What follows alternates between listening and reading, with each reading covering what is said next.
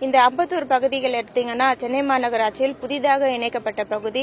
கடந்த அதிமுக காலத்தில் சென்னை மாநகராட்சியோடு இணைக்கப்பட்ட பகுதி. ஆனால் 10 ஆண்டு காலமாக இந்த பகுதிகள் எந்த ஒரு வளர்ச்சி திட்ட பணிகளும் மேற்கொள்ளாமல் சென்னை மாநகராட்சியுடன் இணைத்து எந்த திட்ட பணிகளும் மேற்கொள்ளாத இருந்த சூழ்நிலையில் இன்றைக்கு நம்முடைய மாண்புமிகு தமிழ்நாடு முதலமைச்சர் அவர்கள் ஆட்சியை பொறுப்பேற்ற பிறகு சென்னை மாநகராட்சி உள்ளாட்சிகள் பிரதிநிதிகள் வந்த பிறகு மாண்புமிகு தமிழ்நாடு முதலமைச்சர் அவர்கள் வகைப்பாடுபடி இன்றைக்கு 10 ஆண்டு காலமாக சென்னை மாநகராட்சியிடம் ஒப்படைக்கப்படாமல் இருந்த 169 பள்ளிகள் சென்னை மாநகராட்சியிடம் ஒப்படைக்கப்பட்டு இன்றைக்கு சென்னை பள்ளிகள் என்று வகைப்பாடு மாற்றப்பட்டு இந்த பள்ளிகள் எல்லாம் வளர்ச்சி திட்ட பணிகள் மேற்கொள்ளப்பட்டு வருகிறது.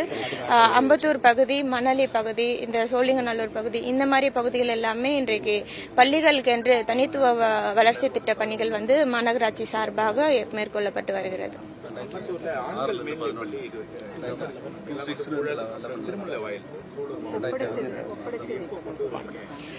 ஆண்களுக்கு தனியா பள்ளிகள் மேம்படுத்தப்பட்டு வருகிறது. பள்ளிகள் தனியா அரசு பள்ளிகள், மாநகராட்சி பள்ளிகள் என்ற 2 வகைப்பாடுகள் இருக்கிறது. தனியாக மாநகராட்சி சார்பாக பள்ளிகள் தேவைப்படும் என்று பொதுமக்கள் கோரிக்கை வைத்தால் கண்டிப்பா வரக்கூடிய நாட்கள் மாண்புமிகு முதலமைச்சர் அவர்களும் தெரிவித்து அந்த திட்டப்பணிகள் துவங்கப்படும்.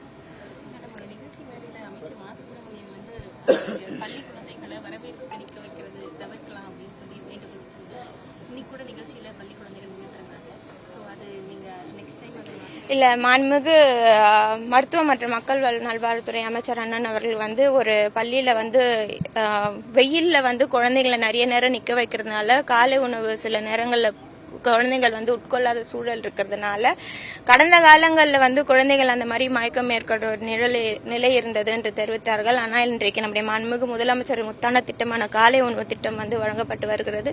வரக்கூடிய ஒவ்வொரு குழந்தைகளும் காலை உணவு எடுத்துக்கொண்டு தெம்பாக உற்சாகமாக பள்ளிக்கு வருகிறார்கள்.